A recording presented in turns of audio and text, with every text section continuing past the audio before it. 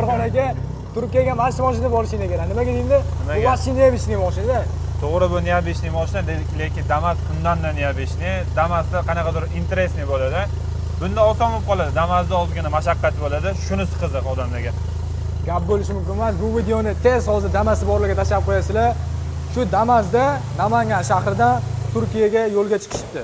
Aka endi tushuntirib bering, hozir qaysi davlatlardan o'tasizlar, nimalar kutib turibdi? Biz Turkiyani bu yoqqa keling, ukam, ko'rsataman sizga qaysi davlatlarga borishimizni. Birinchi o'rinda O'zbekistondan Qozog'istonga boramiz, Qozog'istondan Rossiyaga, Rossiyadan Ozarbayjonga boradigan bo'ldi.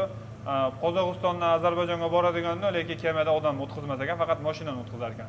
Keyin Gruziyaga va Gruziyadan o'tib Turkiyaga boramiz. Turkiyaning eng go'zal joylarini hammasini yoritib boramiz, xudo xolasa. Gap bo'lishi mumkin emas. Damaschilar bitta like bosib qo'yasizlar, 2 kishi yo'lga chiqasizlar. 2 kishi yo'lga chiqamiz, xudo xolasa. Shu aka bilan chiqishadi, xudo xolasa mana profillarni yozib qo'yamiz. Damasga sayohat. Sobirxon aka mashinani ko'rdim. Zo'r, komfort qilib tayyorlayapsiz, lekin Damas ozgina charchatib qo'ymasmikan? Damas charchataman desa, komfort mashina ham charchatadi. Lekin shu charchashga va qiynalishga hammasiga rozi bo'lgan holatda yo'lga chiqmoqchimiz, xudo xolasa.